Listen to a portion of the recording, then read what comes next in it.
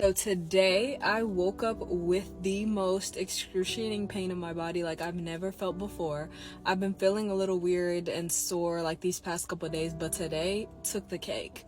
And I'm over here, I could barely even move from the bed to go to the bathroom to brush my teeth and to wash my face. It was that bad, to the point that I was just crying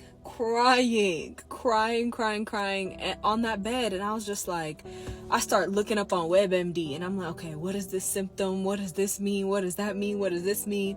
And you know whenever you feel a little something in your body, you start going to the internet, and now you found out you're in stage 4 of this, and so it's like, I kept searching online. I'm like, oh my gosh, what if it's this? Oh my gosh, what if it's that? And I began to realize, and for a second, who is the God that I serve?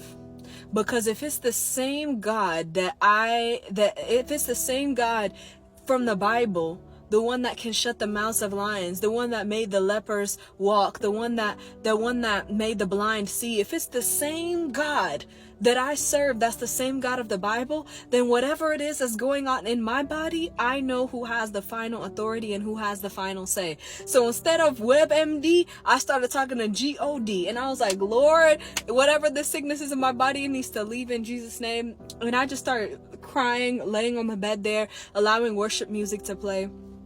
I kid y'all not. After this happened, this is about midday, I began to feel the pain leave my body. To the point that I was able to get ready. I was able to wash my hair. I'm in the process of washing my hair, get ready and everything like that. I couldn't even leave my bed this morning. So I don't know who needs to hear this, but I don't know what that diagnosis is that you may have just received. I don't know what bad news it is that you may have just received when it comes to your body and your physical health. But I'm here to tell you that we still serve a miracle working God, that he's still in the business of doing miracles. What the enemy wants you to do is focus on, the enemy wants you to focus on what's the prognosis, what's the diagnosis, all this symptom here, and I'm not saying that it's wrong to go to the hospital, right? God uses the hospital. God, thank God for healthcare, thank God for science, all those things. But I'm just saying you need to remember who has the final say, and don't allow the enemy to use fear to cripple you so that you're just accepting this is just my reality.